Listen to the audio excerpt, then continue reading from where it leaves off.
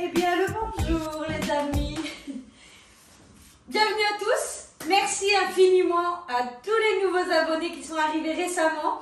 Je sais pas, tout va trop vite. Attendez-moi, vous allez trop vite. 2 secondes. Il y a bien une chose que je déteste, c'est avoir les cheveux détachés. Voilà, je me tire encore les cheveux. Mais aujourd'hui, on passe en cuisine. Ah non, je peux pas faire un tour de plus. Bon, aujourd'hui c'est parti, batch cooking. L'idée c'est de préparer tous les plats qui sont en sauce. Donc les viandes en sauce, les viandes à mariner. On va cuire des pâtes d'avance, on va cuire des féculents d'avance, on va cuire des légumes d'avance. Et on va essayer de mixer avec tout ça tout au long de la semaine. Ah, c'est parti. Après voilà, je commence avec la viande. Donc, je vais tout mélanger. Voilà. De la viande hachée, 5%.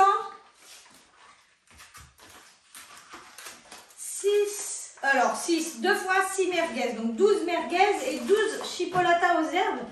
Ça va servir pour faire un seul plat. Mais il faut savoir que du coup, ce plat va se manger évidemment en plusieurs jours. Mais il est d'une simplicité sans nom. Hop. Je mets mes saucisses. Hop.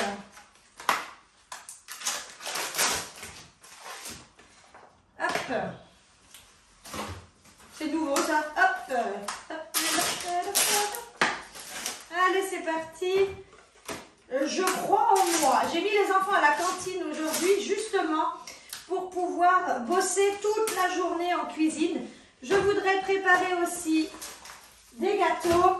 Alors j'espère que je vais réussir. Quelle heure il est? Il est 10 h. Alors là, je viens tout simplement mettre mes saucisses à griller dans le four, dans ce plat. Et ensuite, on ajoutera un petit quelque chose. Donc là, c'est parti. Ah, je vais mettre ça là, ça me gêne. C'est parti pour chauffer à 180 degrés jusqu'à ce que ça soit grillé. Faut pas hésiter de temps en temps à venir tourner les saucisses. Hop là. Maintenant, on part sur la viande hachée.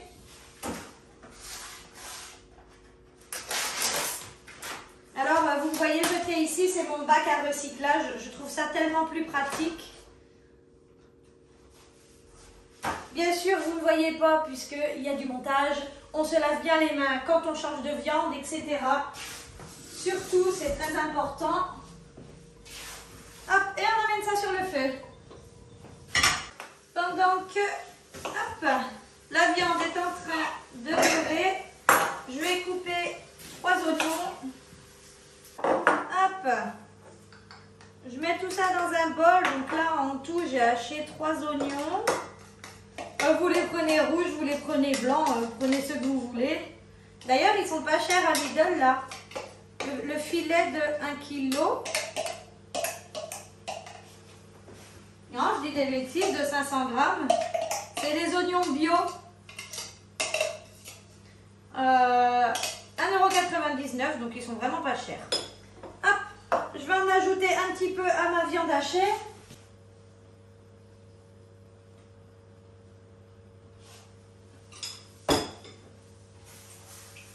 J'ai quelques carottes.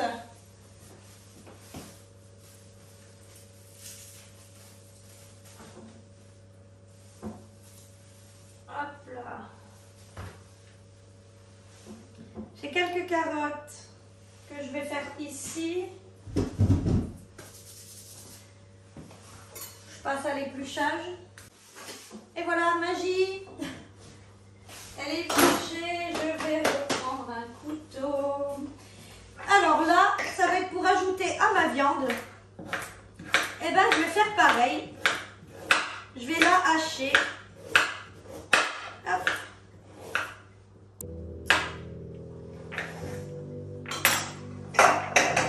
C'est un peu comme quand on cuisine dans le Monsieur Cuisine, si je ne me trompe pas, ou alors le Cookéo et tout ça. Le fait que les aliments soient en si petit, je crois que je suis pas très bien cadrée. Le fait que les aliments soient en si petits morceaux fait que ça cuit plus vite. Et puis il y a le fait de cuisson sous pression aussi, mais enfin voilà. Donc là, c'est simplement pour accélérer le processus de cuisson et pouvoir faire un maximum de plats. Je pars sur la préparation des filets de poulet. Je vais les détailler et ensuite je vais les mettre à mariner. Donc là, il y a 1,5 kg de poulet.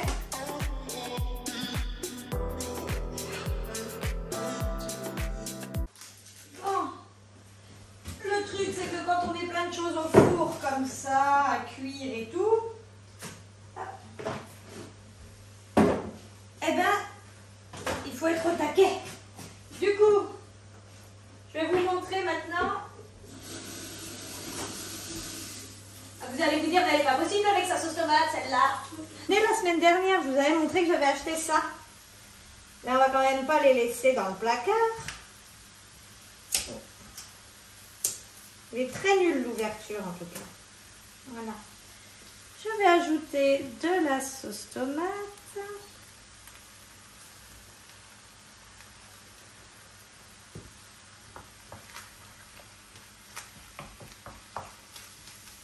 Un petit verre d'eau. Parce que je la trouve très épaisse. Hop. Comme je dis toujours, vous salez, vous poivrez, vous faites comme vous voulez au moment de la cuisson. Moi, je ne sale pas. Je fais toujours de la cuisine sans sel ajouté.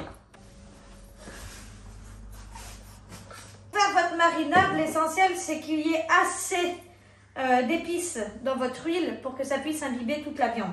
Comme le curry balti. Je pense que c'est à quelque chose près la même chose. Hop, je vérifie. Voilà. Vous avez cet effet de sauce bien nappée. Et donc, maintenant, on ajoute la viande. Du coup, je vais ajouter un petit peu de ciboulette.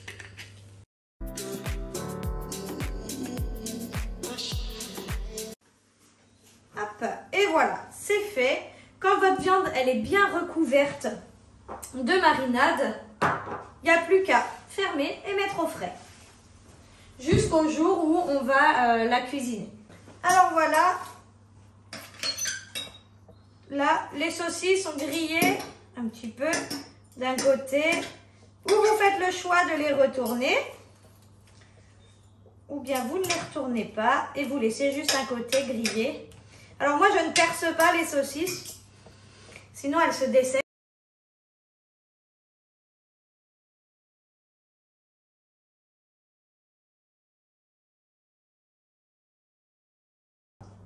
Là, on est pas mal. La sauce est prête, on va dire. La viande est cuite. Et maintenant, on va simplement ajouter des champignons sans relancer la cuisson parce que elle fera l'objet d'une seconde cuisson, cette recette. Et voilà. On passe à la suite. La suite, ben oui.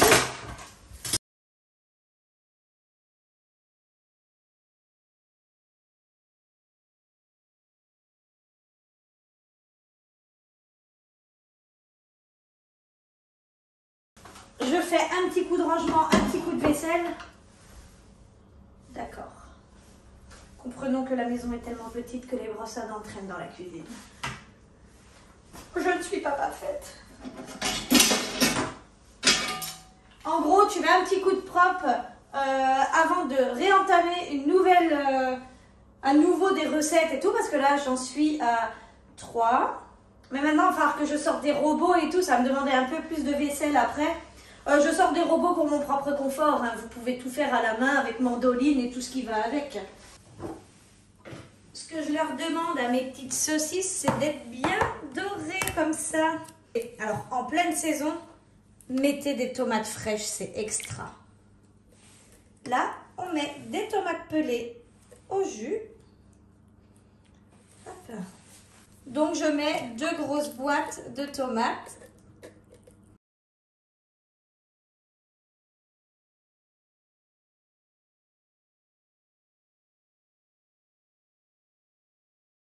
je les coupe grossièrement.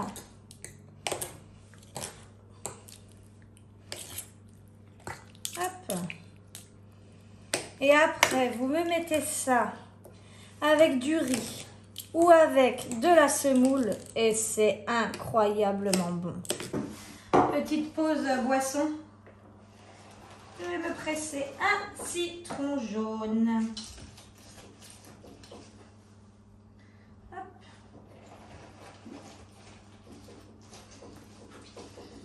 Et si vous voulez des verres qui brillent, mettez ça dans votre lave-vaisselle.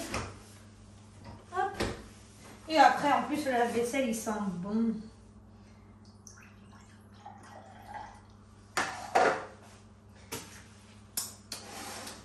Un petit citron pressé. De l'eau gazeuse parce que j'adore ça.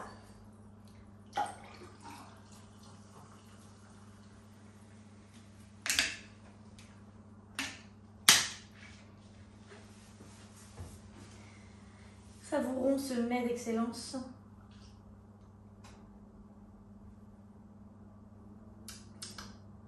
Ah, c'est parfait.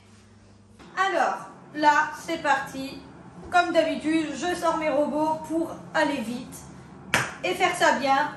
Aujourd'hui, je vais préparer une pâte à crêpes. Hop, je vais casser 4 œufs dans mon blender.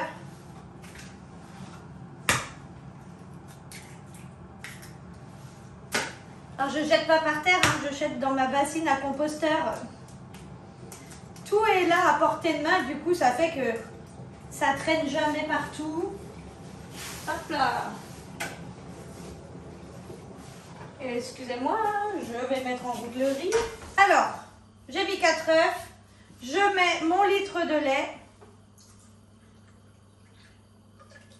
Ensuite, je démarre. Une fois que j'ai bien tout mélangé, pendant que le blender tourne, je vais ajouter la farine et uniquement à l'oreille, je vais savoir à quel moment on part sur une texture de pâte à crêpes en fait. Ça s'entend, vous entendez le changement. Et si vous voulez faire des pancakes, c'est pareil. Simplement, il faut attendre d'entendre l'épaisseur. Je ne sais pas si je suis assez claire. Je fonctionne tellement à l'œil et à l'oreille que du coup, parfois, c'est pas très clair. On part sur une pâte à crêpes faite en l'espace de 5 minutes à peine. Sans grumeaux, sans fatigue. Hop. Et voilà, impeccable. Il n'y a pas un morceau de farine, il n'y a rien du tout. Le chiffon humide. Hop là. Pour ramasser toute la farine qui est tombée. Et on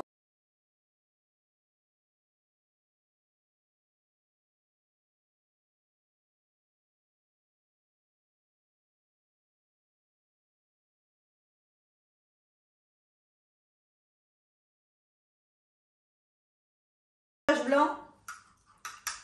Hop.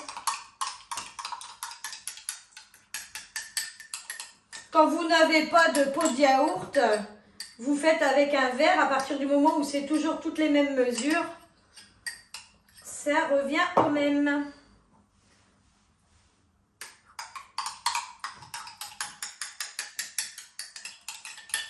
On va ajouter 6 œufs. Tu manges toi parce qu'un jour tu repars aussi. Hop. 2 sachets de levure. J'ai mis 2 sachets de sucre vanillé.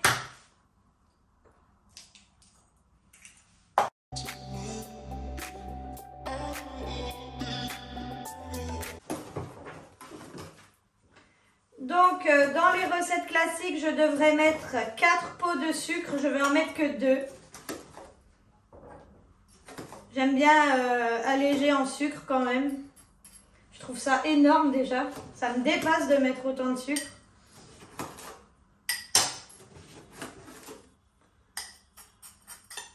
Je vais même mettre 1,5 comme ça, ce sera bien.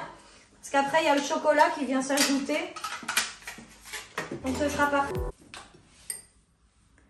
J'ajoute un pot d'huile. Voilà, je vais faire plusieurs petits cakes comme ça. Et ça part 30 minutes au four à 180 degrés. Alors, il y a une pâte à pizza qui est prête. Juste ici. Hop. Et donc, on va tout simplement faire cette chose qui coûte si cher au magasin, là, au rayon surgelé. Eh bien, on va faire des buns. Je crois que c'est comme ça que ça se dit, hein.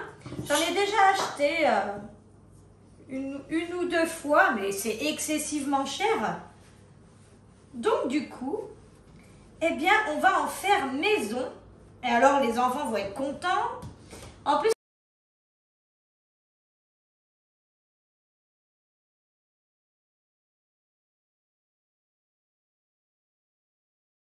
vivement que j'ai de la place dans ma cuisine.